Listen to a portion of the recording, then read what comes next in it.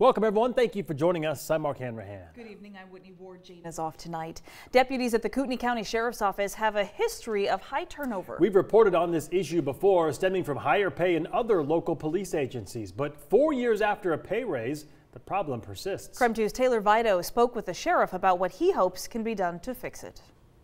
Well, Whitney, Mark, I'll start off with this. Within the last 3 to 4 years, a third of the Kootenai County Sheriff's Office staff has left. Now, it's not hard when there's better pay and benefits to be found not far away. Sheriff Ben Wolfinger now says it's time for county leaders to step up to the plate.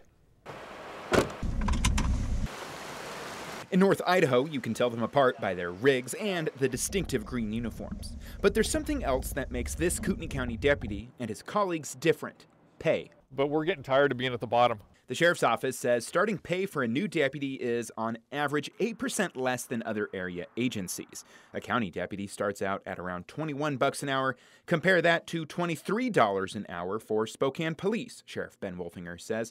So no surprise, Kootenai County deputies will often jump ship. And the predominant reason people leave is pay and benefits. Other agencies in the county pay better as well, Wolfinger says. In March of 2015, an 8% pay raise went into effect for deputies with the hopes of combating the issue. But 4 years later, Wolfinger says it hasn't been working. Our deputies aren't the only ones. Everybody in the county is sorely underpaid. Since 2015, 102 people have left the sheriff's office. That's roughly a third of all employees. 26 of those were patrol deputies. And Wolfinger says it's not easy or cheap to hire and train replacements. Look at it this way. Would you want a person who only had 6 or 8 months on the job investigating a major crime that you're a victim? At the same time, retirement looms for some county staff, meaning more open positions. So what can be done? Wolfinger says leaders should dip into the county's balance of foregone taxes. He has this message for county commissioners. I tell them that they have to make up for the mistakes of their predecessors, and they have to take some of that foregone money. They don't have to take it all. There's over $9 million in the foregone balance. But they have to take some of it to fix county pace countywide. Now, certainly at the same time, most would agree that determining budgets is never fun or easy. Kootenai County is getting close to starting that process. Now, I did speak with one of the county's 3 commissioners about this. They told me that it's too early to tell if pay raises will happen in the near future. They also described the situation surrounding county employee pay as, quote, difficult. In the newsroom, Taylor Vito, KREM 2 News. These are people who I would describe as having extremist views that have absolutely no place in New Zealand and, in fact, have no place in the world. At least 49 people are dead and dozens more wounded after a gunman opened fire on Muslim worshippers at 2 mosques in New Zealand. The country's prime minister calling it a well-planned terrorism attack fueled by hate. He targeted mosques in Christchurch that were packed for Friday prayers. I just lie down under the bench and I'm thinking that, if I get out, I'll get shot. So I'm just keeping my fingers crossed so I could be alive. 3 people are now in custody. None of them had a criminal history, but the prime minister says they are far-right extremists. She also says the country already has plans to tighten its gun laws as a result. Here in the U.S., police have stepped up patrols at mosques from New York to L.A., and the Council on American Islamic Relations has called for unity and an end to Islamophobia. Reach out across ethnic and racial and religious boundaries and build those bonds of solidarity and mutual understanding. A safe country. It's one of the reasons that a lot of us like living here is because of that feeling of safety, and that has really been shattered by what happened yesterday. A former KREM 2 employee now lives in New Zealand. She spoke to Alexa Block tonight about how the country is dealing with the shock of last night's attacks there. She'll have more for you coming up new at 6 o'clock. Congress has the freedom to pass this resolution, and I have the duty to veto it, and I'm very proud to veto it. President Donald Trump issued the first veto of his presidency, overruling Congress to use a national emergency to fund a border wall. Both the Senate and the House passed resolutions disapproving of his emergency declaration. However, it is unlikely that Congress will have the 2/3 majority needed to override that veto.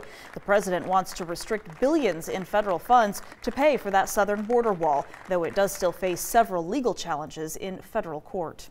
Now, Representative Kathy McMorris Rogers was one of the Republicans who joined Democrats last month voting against the national emergency. We did reach out to her office today, but did not hear back, though previously she has told KREM 2, "I do not support this decision because declaring a national emergency sets a very dangerous precedent that undermines our constitutional separation of powers." In other news, if someone calls you promising you a job with Amazon, you might want to hang up. A robocall is circulating in our area. At the same time, legitimate Amazon recruiters are hiring people for Spokane's new fulfillment center. KREM 2's Tim Pham learned the job offers may come, though, with an empty promise. This is the future home of Amazon's fulfillment center in Spokane. More than 1,500 new jobs are coming, plus opportunities to work from home. If there's a new organization coming into town like Amazon did, there's a lot of scammers that get out there and like, hey, this is an opportunity to be able to get out there and potentially scam people with other jobs or even online purchase scams. This is exactly what they're doing. Listen to this voicemail a KREM 2 producer received about a work-from-home job with Amazon. We do retail recruitment and need people in your area to work online with Amazon. Hourly pay starts at $27. Sounds legit, right? The person tells people to go to amazonresource.org. This sounds real too. So I decided to check out the website for myself, and this is what I found. Lots of pop-ups, spelling errors, and no connection to Amazon.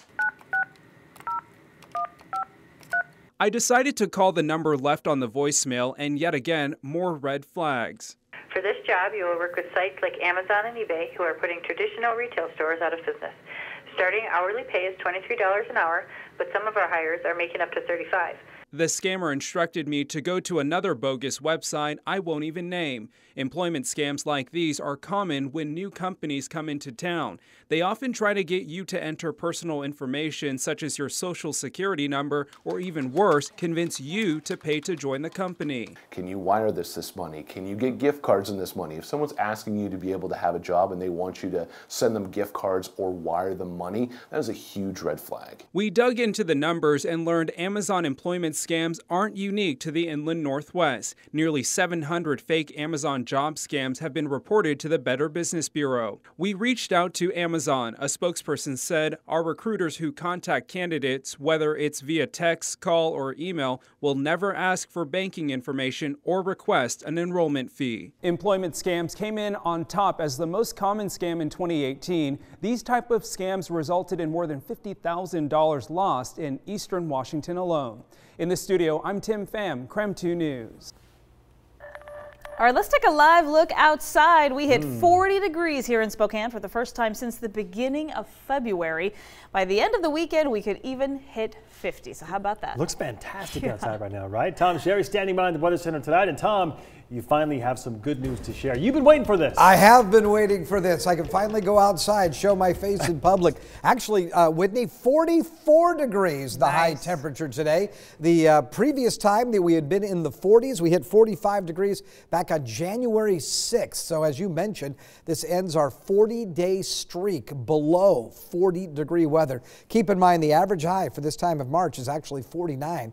We might get to average temperatures this weekend, and we should see above average temperatures roll around by the time we get into next week. Right now we're at 43 degrees. Wind is out of the west at 6 miles per hour, but that's a live picture I'm showing you. Still plenty of blue sky and sunshine out there. 48 expected for both Saturday and Sunday. Partly cloudy Saturday, mostly sunny on Sunday. Of course, the big parade in downtown Spokane at noontime on Saturday, and at 4 p.m. in downtown Coeur d'Alene on Saturday as well. I'll have a look at your 7-day forecast coming up in a few minutes.